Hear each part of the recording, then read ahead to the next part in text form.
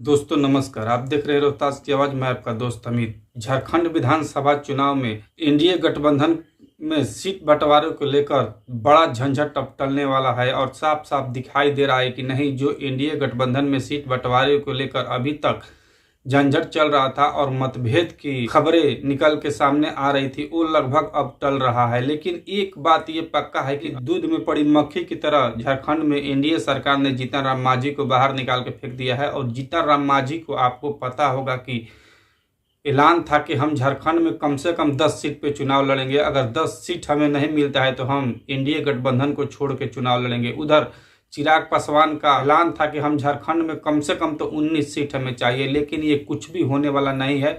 और एनडीए सरकार ने अब अपना जो सीट बंटवारे का फार्मूला था वो तैयार कर लिया है और सीट बंटवारा एकदम कन्फर्म हो चुका है। अब केवल अनाउंस करना बाकी रह चुका है कि आखिर कौन सी पार्टी किस सीट पर लड़ने वाली है। तो मैं आपको बता दूं कि वहां पर आजसू नाम की पार्टी है, वो 9 सीट पर चुनाव लड़ेगी और जेडीयू वहां पर नीतीश कुमार की पार्टी 2 सीट पर चुनाव लड़ेगी। और चिराग पासवान को फिर से एनडीए ने जोड़ का झटका दिया है, बीजेपी ने जोड़ का झटका दिया है। चिराग पासवान को महज झारखंड में 1 सीट दिया जा रहा है। आप इस अनुमान लगा सकते हैं कि जो चिराग पासवान अपने आप को झारखंड में 19 सीट पर दावा ठोक रहे थे, उन चिराग पासवान को एनडीए सरकार ने झारखंड में महज 1 सीट देने का काम किया है। इससे ये बात साफ तौर पे समझ में आ रही है कि चिराग पासवान की अभी कद बिहार छोड़ के अदर स्टेट में उतना नहीं बढ़ गया है एनडीए सरकार में कि चिराग पासवान को एनडीए अपने में चिराग पासवान की बातों को मान ले और चिराग पासवान की मनमानी को एनडीए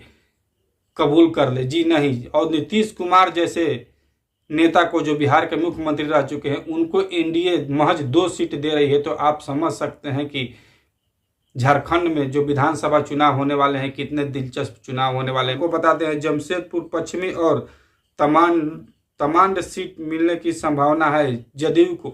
यहाँ तक कि यही खबरें निकल के अंदर से आ रही है कि इतना ही सीट पे लगभग जदयू और आजसू लड़ने वाले हैं। और मैं आपको बता दूं, चिराग पासवान की जो 2014 में शिकारी पड़ा सीट मिला था, वही फिर से सीट मिलने वाला है। कहीं अब इससे ज़्यादा बेहतर चिराग पासवान के लिए होने वाला नहीं है झारखंड विधानसभा चुनाव। अगर चिराग पासवान चाहे तो झारखंड विधानसभा चुनाव में एनडीए से अलग होकर चुनाव लड़ सकते हैं। वो भले अपने आप को 81 सीट पर ही क्यों न चुनावी मैदान में अपना कैंडिडेट उतार दे, लेकिन चिराग पासवान को एनडीए महज 1 सीट दे रही है और एनडीए 1 सीट से ज़्यादा चिराग पासवान को नहीं देने वाली है। और झारखंड में सबसे बड़ा एनडीए में कोई दल है तो वो बीजेपी है और बीजेपी सभी सीटें अपने पास रखी है। और बीजेपी इस बार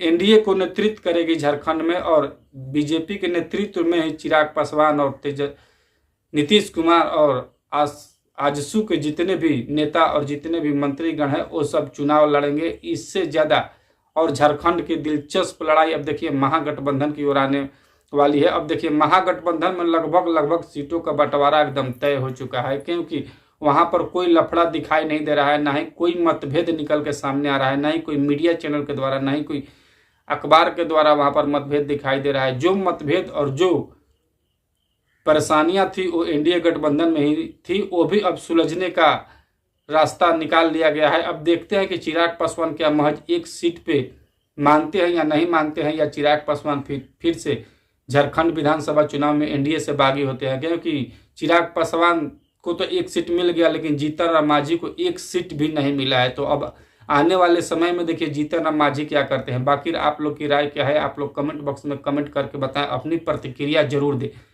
आप देख रहे थे रोहतास की आवाज। मैं आपका दोस्त अमित। आप लोग से मिलता हूं एक और नए वीडियो में। तब तक दीजिए इजाजत। जय हिंद,